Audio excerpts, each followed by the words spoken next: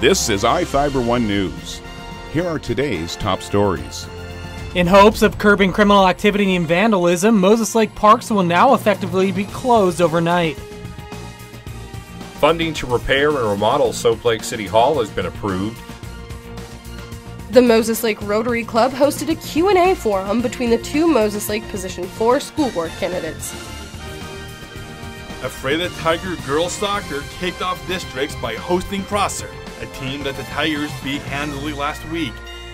From the iFIBER 1 newsroom, this is iFIBER 1 News, and it starts now. In hopes of curbing criminal activity and vandalism, Moses Lake Parks will now effectively be closed overnight. The City Council approved the ordinance Tuesday night, setting operating hours for city parks from 6 a.m. to 10 p.m. The new rules allow the city to issue civil infractions with graduated penalties to exclude violators from the parks. The process is handled through the police department, which could also trespass violators from city parks for up to a year. Moses Lake Police Chief Kevin Fuhr said the previous rules did not prevent people caught engaging in criminal activities from returning to city parks the next day. The rules exclude what the city calls special use areas, boat ramps and docks, trails and paths, and athletic courts that can still be used for appropriate activities outside operating hours. Fuhr said officers continue to see a number of issues overnight at city parks, including vandalism and damage, drug use, and felony activity. Parks and Recreation Director Spencer Grigg said staff also routinely find syringes, blood, vomit, and feces in the restrooms. Grant County Commissioner Tom Taylor addressed the council Tuesday night, expressing concerns about the homeless population. In a way, it criminalizes homelessness. Maybe not directly, but over time, homeless people tend to return to places they're comfortable at. And naturally, those are going to be some of the parks. We have homeless people we know of that live and reside in Moses Lake Parks. Taylor also voiced concerns about the homeless mobile outreach team being able to access parks overnight. City staff confirmed a provision in the ordinance does allow the city manager to make exceptions for who is allowed outside operating hours.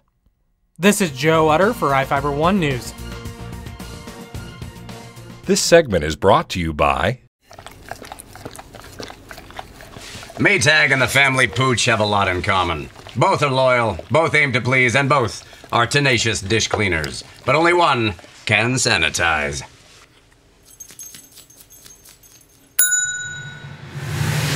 Maytag, what's inside matters. Maytag Appliances, now available at More Furniture in Ephrata.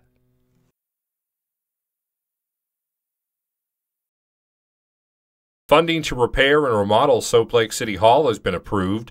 The City of Soap Lake is using a $500,000 limited tax general obligation bond to fund the project. The bond is a municipal bond through Banner Bank, which uses future revenue as collateral. The bond agreement was unanimously approved by the Soap Lake City Council last Wednesday. Soap Lake Mayor Raymond Gravel says the money will also be used to relocate staff during the remediation project. We have the $120,000 grader. We're going to have about $100,000 spent to put a portable office building next to the old fire station on the gravel parking lot there. That'll be excavated. There'll be a 2,800 square foot portable office building that will relocate our police department into that. That will become their permanent headquarters. We have a single wide that we're renting on a month-to-month basis, about $700 a month, to move the City Hall staff, and that's going to be located right out in front of City Hall to lead up some of our parking spaces. The bond will pay for a new paint job, mold removal, office demolition and reconfiguration, and carpet installation. Work on the project should begin this week. Gravel says the project is expected to take a year to complete. I'm Sean Goggins for iFIBER 1 News.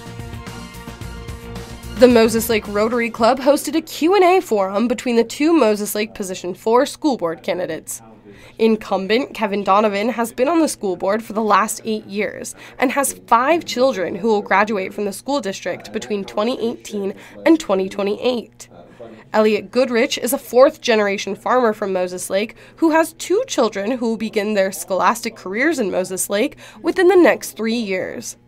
When asked about their school board agendas, the two had very different views on the matter.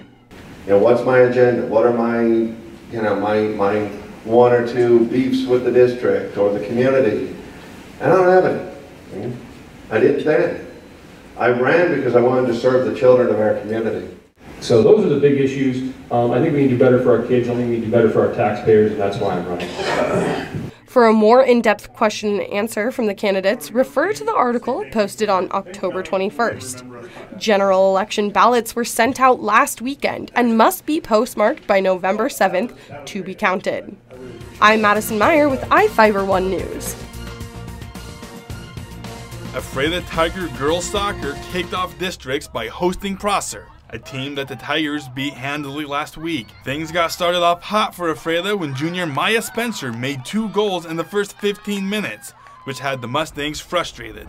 After going into halftime with a 4-0 lead, Ephrata didn't coast in the second half. A strong push by Prosser and the goal by them indicated that the Mustangs were planning on making the second half different. Prosser's second half push eventually wore down as the Tigers outlasted the Mustangs. The game ended 7-1 in favor of Ephrata. After the game, senior Caitlin Nostrowski, a 4-year Tiger soccer player, spoke about her excitement over the win. Despite that this may be her last game on her home field, she was only focused on the games that she has left to play, guaranteed at least 2 games with the win. Maya Spencer, who ended with a hat trick, didn't have much to say about her accomplishment, even saying that she felt a little selfish early in the match. Her focus moving on to Sela is getting better at finding open lanes. When asked how she'd feel about scoring a hat trick against Sela, she only smiled.